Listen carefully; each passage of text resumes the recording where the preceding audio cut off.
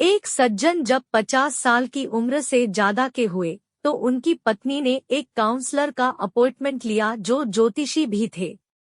पत्नी बोली, तुम्हें बहुत ज्यादा भयंकर डिप्रेशन है, कुंडली भी देखनी चाहिए, ऐसा उसने डॉक्टर को बताया। तो सामने वाले सज्जन बोले, बहुत परेशान हूँ, जिनको डिप्रेशन था, चिंताओं से दब गया हूँ, नौकरी का प्रेशर, बच्चों की एजुकेशन का प्रेशर, घर का लोन, कार का लोन, कुछ नहीं करता मैं, दुनिया मुझे ताने देती रहती है, लेकिन पहले दुनिया मुझे तोप समझती थी, मेरे पास कारतूस जितना भी सामान नहीं है, मैं डिप्रेशन में हूँ। कहते हुए पूरे जीवन की किताब डॉक्टर के आगे खोल दी। तब वो विद्वान काउंसलर कुछ सोचने लगे और 10th क्लास में कौन से स्कूल में पढ़ते थे आप? सज्जन ने उन्हें स्कूल का नाम बता दिया। काउंसलर ने कहा, आपको उस स्कूल में जाना होगा, वहाँ से आपकी 10वीं क्लास का रजिस्टर लेके आना, अपने फ्रेंड्स के नाम देखना और उनको ढूंढकर उनसे हालचाल पूछने की कोशिश करना, सारी जानकारी को एक डायरी में लिखना और 1 महीने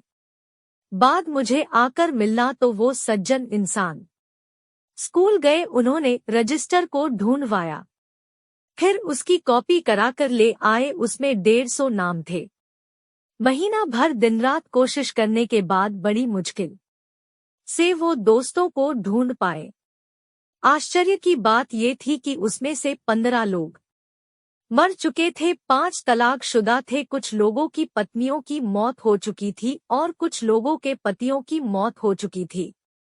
10 लोग नशे की दुनिया में जा चुके थे और कुछ लोग स्मगलर बन चुके थे। 4 लोग इतने गरीब निकले कि उनके घर में खाने को दाना तक नहीं था। 5 इतने अमीर निकले कि यकीन नहीं हुआ।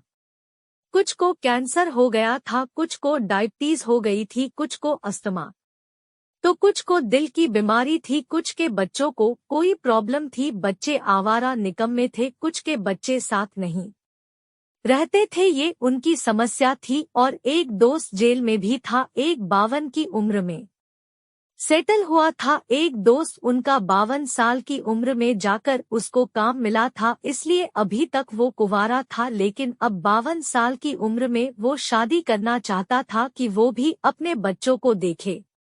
दोस्तों में से एक दोस्त ऐसा भी था जो अभी तक सेटल नहीं था, 2 तलाक के बावजूद तीसरी शादी भी उसकी नहीं चल पा रही थी। उसने बताया कि मैं अब तीसरी बीवी से भी डाइवोर्स लेने वाला हूँ, मैं खुश नहीं हूँ। अपने सारे दोस्तों के एक्सपीरियंसेज को देखकर उस सज्जन को समझ आ गया कि उन्हें कोई बीमारी नहीं है, वो भूखे नहीं मर रहे, दिमाग एकदम सही काम कर रहा है, उसकी बीवी बच्चे बहुत अच्छे हैं, उनके साथ रहते हैं, उनकी मदद करते हैं, स्वास्थ्य बिल्कुल ठीक है, डॉक्टर हॉस्पिटल से उनका पाला अभी तक नहीं पड़ा है। ये सब बातें उस सज्जन के जहन में आ गई। उस सज्जन को महसूस हुआ कि दुनिया में वाकई बहुत दुख है और मैं बहुत सुखी और भाग्यशाली हूँ। समस्याएं सभी को होती है, हमें छोटी छोटी समस्याओं के बारे में ज्यादा सोचकर डिप्रेशन में आने की जरूरत नहीं है। हमें किसी भी हालत में अपना मन शांत रखना चाहिए और हमारे जीवन को शांति से बिताना चाहिए।